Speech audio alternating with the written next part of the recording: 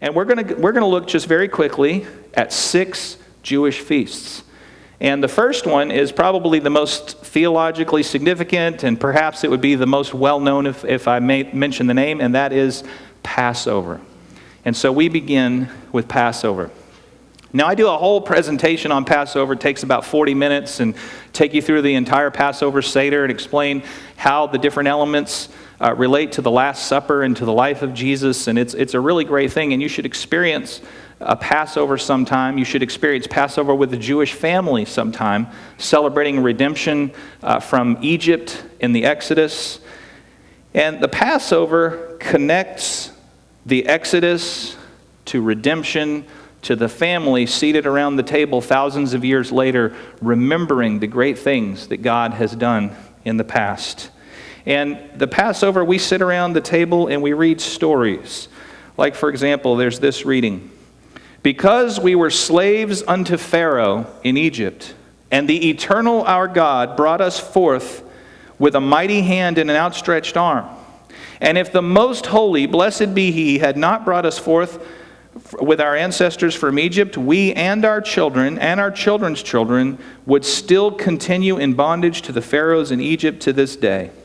Therefore, although we were all wise, all of us men of knowledge and understanding the law, it nevertheless would still be incumbent upon us to narrate the departure from Egypt.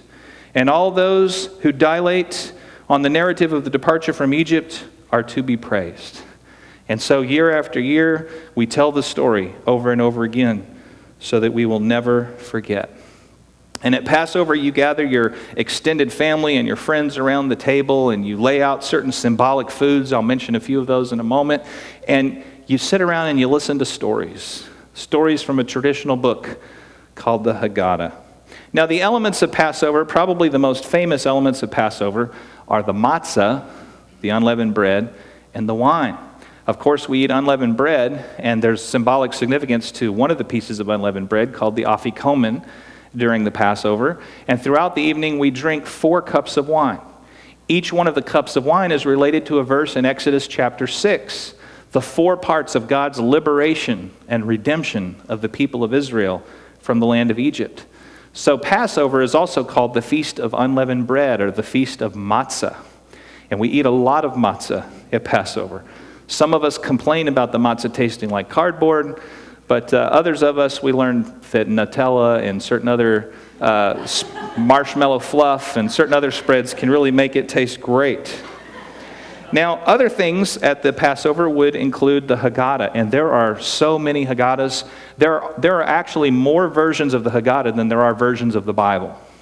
I know that sounds amazing. Like if you go to a Christian bookstore and you look on the shelf and you see all the different kinds of Bibles there are actually more Haggadahs than that. The Haggadah is not as long as the Bible, and so it's easier to just produce a million different versions of it. A lot of them have pictures.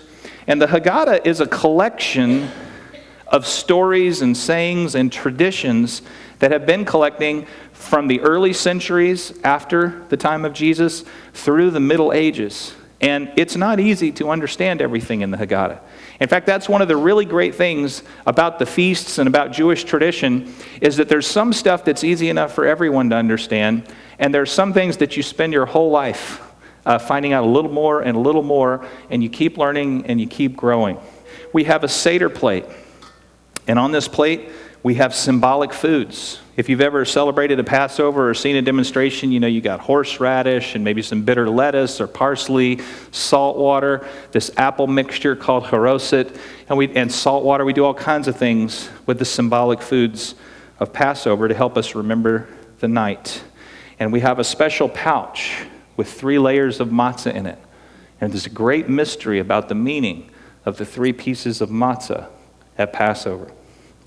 Passover is a fun time of family and friends and symbols and mysteries, but Passover also very much relates to us as followers of Jesus. Because after all, the day that Jesus was crucified was none other than Passover itself. Now, it helps if you understand that all Jewish days and all Jewish holidays begin at sundown. And so when Jesus and the disciples had the Last Supper, that was right after sundown. That was the beginning of the day. They were having the Passover at the beginning of Passover. But Passover continues until sundown the next day. And Jesus was crucified in the afternoon of Passover day. Jesus was at the table with his disciples the night before he was crucified, and what did he do? He broke matzah. He drank cups of wine with them. Several of them are referred to. And the third cup of wine, which is called the cup of redemption, he said it was his blood, not the blood of a lamb. And so the Passover totally relates to everything about us following Jesus. In fact, the early Christians, even the ones who weren't Jewish. Now, you guys know the earliest Christians were all Jewish, right? But it started to happen that God-fearers, these Gentiles who went to synagogues, they started to hear the gospel and they spread it to their friends, and pagan Romans were turning to Jesus, and there were these non-Jews. And one of the most non-Jewish places in the early church was Corinth. And in 1 Corinthians chapter 5, you can turn there if you like, we read something that gives us an idea that the early Christians, the non-Jewish ones, celebrated Passover. We read in 1 Corinthians 5, verse 7 and 8, "Cleanse out the old leaven, that you may be a new lump, as you really are unleavened. For Christ, our Passover lamb, has been sacrificed.